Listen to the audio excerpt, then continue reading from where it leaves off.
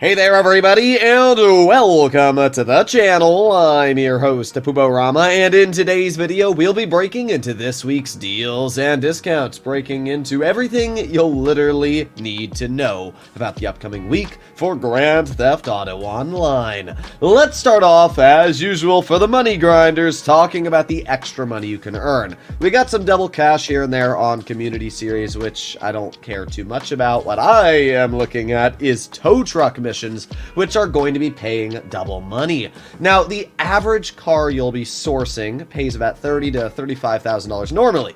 So, if it's double money on all tow truck sources, that means you're going to be making around $70,000 to $80,000 per car.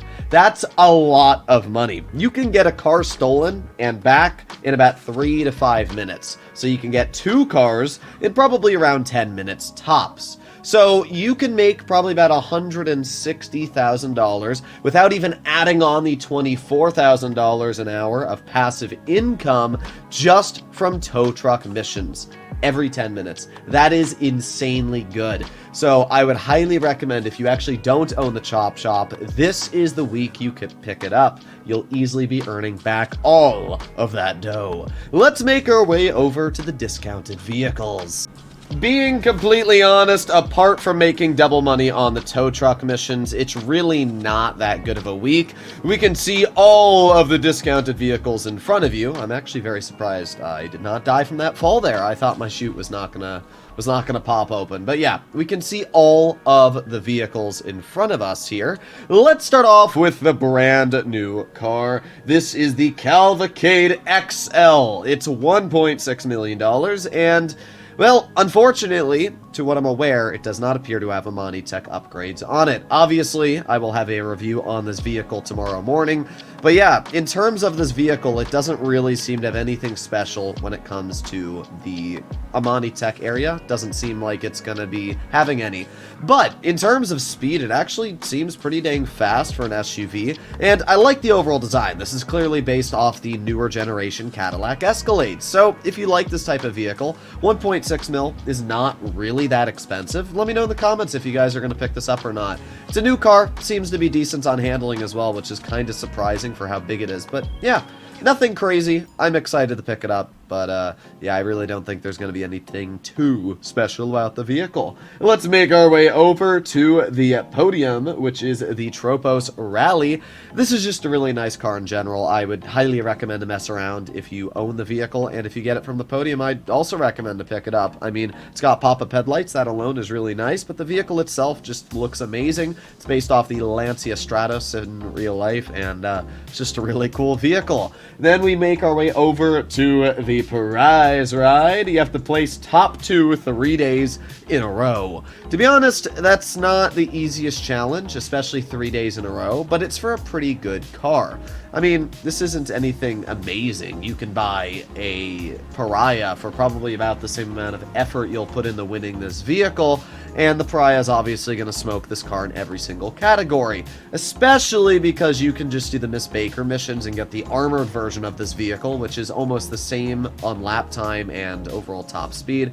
So while I do like this vehicle, I can't really say that it's actually a good one to put the effort in to get. I would just recommend to do the Paragon Armored, which is, as I said, the casino missions, which, if I'm not mistaken, Rockstar has changed that you can do solo now.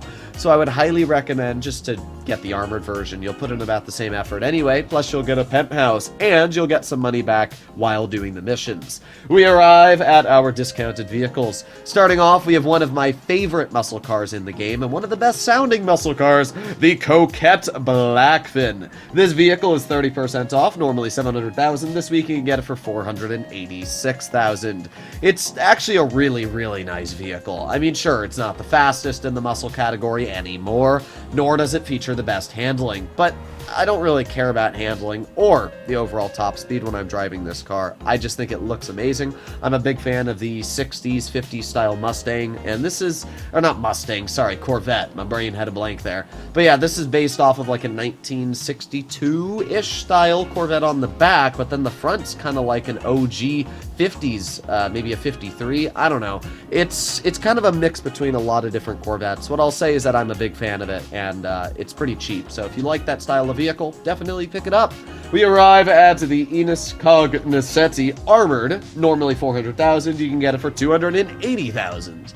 Yeah, it's an armored car. It's a Bentley. That's about as exciting as it gets. I mean, don't get me wrong. It's an okay vehicle. It's got a decent top speed going for it, but it has almost no customization, and even at $286,000, I still can't really recommend to pick it up when the Schafter V12 Armored is faster, cheaper, and features the exact same armor.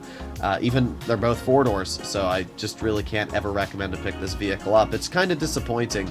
I wish these vehicles had Amanitech upgrades, because then they might actually be worth it a little bit, but the fact that Amanitech vehicles now exist kind of just defeat the purpose of any of the armored base variant cars, apart from, I guess, being very, very cheap. But even as a new player, you can get your hands on the Armored Kuruma for $500K, and you can get your hands on the Duke O'Death, which will not only survive more explosions, but has basically better protection all around, for free. So again, I just can't ever recommend to pick up the Cognoscenti. Now we arrive to a vehicle I would highly recommend to buy. This is the Visser Neo.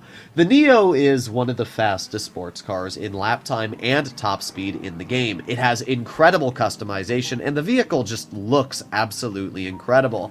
The Neo comes in at a price tag normally of $1.9 million. You can get it $600,000 off at $1.3 million, which is a pretty good discount. I would highly recommend to get the Neo, as I said. It's just a super, super good vehicle. It's fast, it's got great handling, it looks amazing. Everything that you'd want about a sports car, this vehicle has. So yeah, definitely recommend to pick up the Neo. It's just a super duper good vehicle.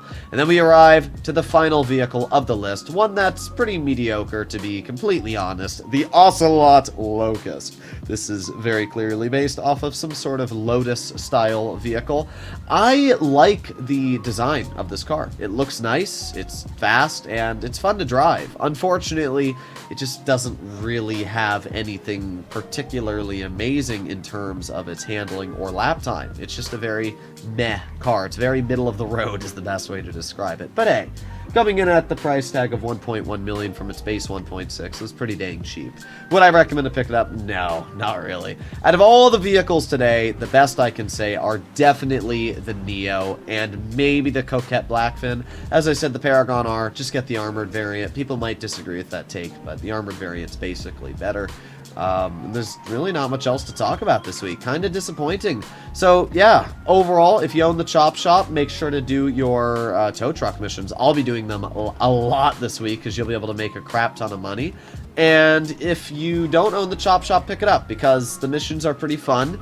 And even though you're not going to be making a lot of money back with the missions, now that the tow truck service is probably going to be earning you about $160,000 to $200,000 every time you do a source, that's pretty good, to be honest. That's just extra money being added into your bank account. So if you enjoyed today's video, if you'd like to see more like it, please consider smashing that subscribe button down below. And I'll see you in the next one. Let me know what you think about the discounts. Bye-bye!